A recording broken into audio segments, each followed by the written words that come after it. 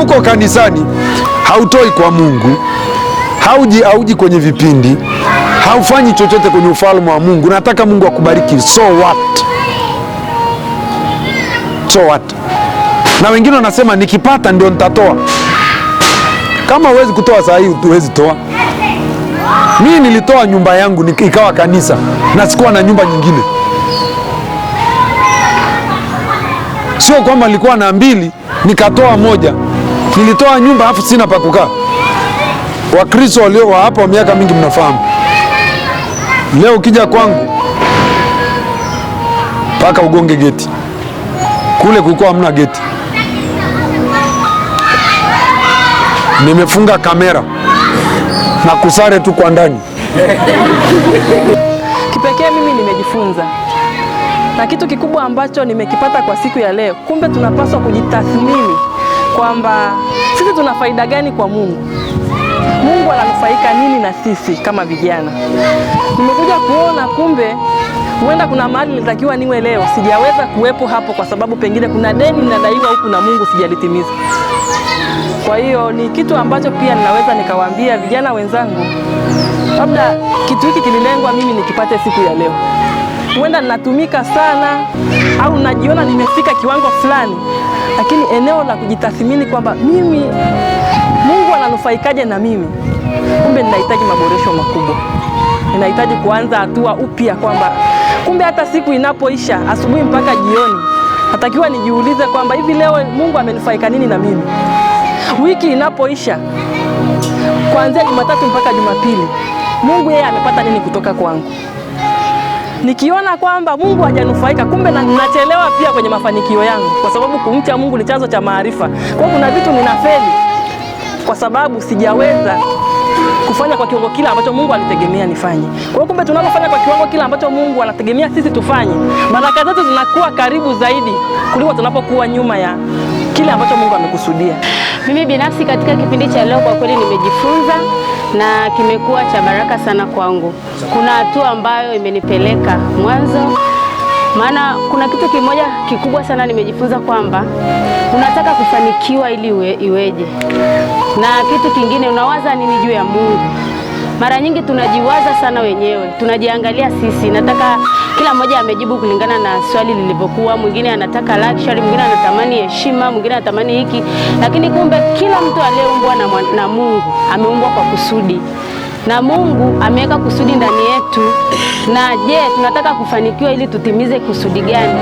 Na pia kitu nimejifunza katika vijana wengi hatujui kusudi ambalo Mungu ametuumba nalo, kwamba tumeumbwa ili tufanyeje. Wewe umezaliwa wa kwanza kwenu ili iweje? Umezaliwa wa tano kwenu ili iweje? Umezaliwa wa mwisho ili iweje? Kwamba kila mtu amezaliwa kwa kusudi. Kwa nini Mungu kwenye familia hakuishia watoto wanne ukafika wewe watano? Kwa nini kwenye familia haukuishia yule wa kwanza wewe ukawa wa pili? Kwa nini ulikuwepo? Kuna kusudi ambalo Mungu alitaka tutimize. Ukilijua lile kusudi, ni rahisi kujua unaombea nini. Ndio maana unaweza kujikuta hivyo unasoma kitu ambacho sio Mungu amekupa hicho kitu. Ndio maana unakuta unazunguka kwenye eneo moja. Unaona hivi toka nimeanza leo na miaka kadhaa, nimefikia lengo gani? Nimefikia nini? Na kwa nini niko hapa leo? Kumbe huenda ungelijua kusudi, ungefanikiwa hata ukiwa na miaka 15. Kuna watu wana miaka 20, wana miaka 16 lakini wana mafanikio makubwa sana. Lakini kuna wenye miaka 30, 40 lakini bado hawajafikia ile kusudi. Tunazunguka katika njia moja. Kumbe kuna njia ambayo Mungu alitupa. Ingekuwa tunajua ile kusudi ambalo Mungu ametuumbia, labda tungekuwa tumeshapita ile njia na tumefanikiwa. Kwa hiyo kipindi hiki kwa kweli ni kizuri sana. Baba Bishop, tukushukuru kwa ajili ya kujali vijana siku ya leo, lakini pia tupongeze hiki kipindi na tuombe kiendelee mara kwa mara. Kwa majina naitwa Alex Godwin. Nilichojifunza leo, sisi kama vijana tumekuwa na ile peer pressure au ile pressure inatusukuma kwamba tutakuwa tuna mafanikio mazuri.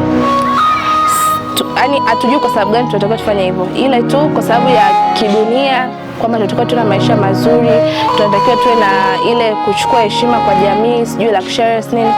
Ila nilichokuja kuelewa kwamba leo vitu vyote hivyo tukivi-aim kwa sababu ya kumtukuza Mungu tunapata zaidi na hatutateseka kwenye kuvipata.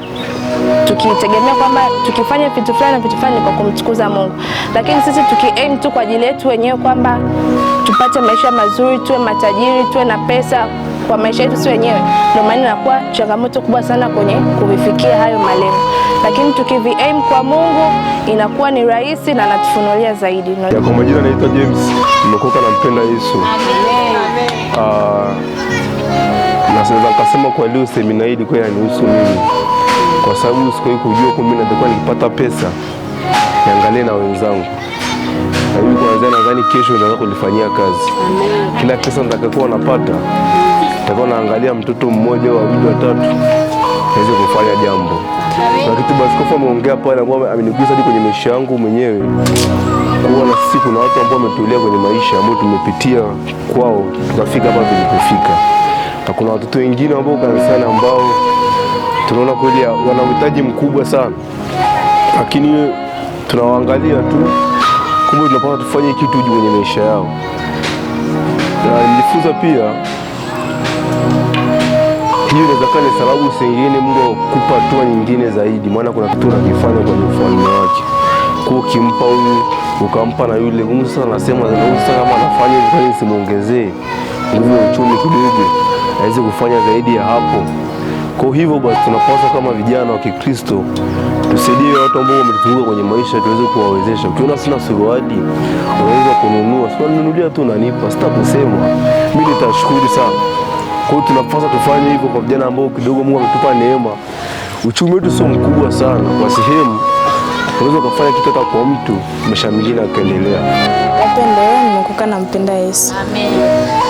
Kwa somo la leo nimejifunza kitu kikubwa sana. We live for others. Tunaishi kwa ajili ya watu wengine. Yaani mimi hapa, kwa nini daktari? Daktari ametengenezwa. Nimefikiria daktari mimi sinapata kipato mimi, ila sikitumii mimi hapa. Na watibu wenzangu. Hicho kipato natumia as the tax. Naenda kununua kitu fulani, mwingine na hicho kipato sasa ukinunua wewe, unampa mtu mwingine tena na kiuzi. Unakuta yani you live for others. Na kingine ninachofikiria yani usijilinganishe na mtu mwingine, unakuta unajiumiza mwenyewe. Na unajikuta unamkufuru Mungu. Mfano hata Bakresa, wewe unafanya kazi ya kuuza nyanya. Bakresa anazalisha vitu vikubwa kuliko wewe. Unasema mimi nitafanyaje nipate kitu fulani, ndio mnakuta mnajiingiza kwenye ushoga. Unasema nikifanya hichi kitu fulani naweza nikamfikia Bakresa. Kwa siku nikiingiza kipato fulani naweza nikamfikia Bakresa. Unakuta unajiumiza mwenyewe. Yaani unajiumiza ndani. Unasema nitamfikiaje huyu mtu kiasi gani? Unakuta unamkufuru Mungu vibaya.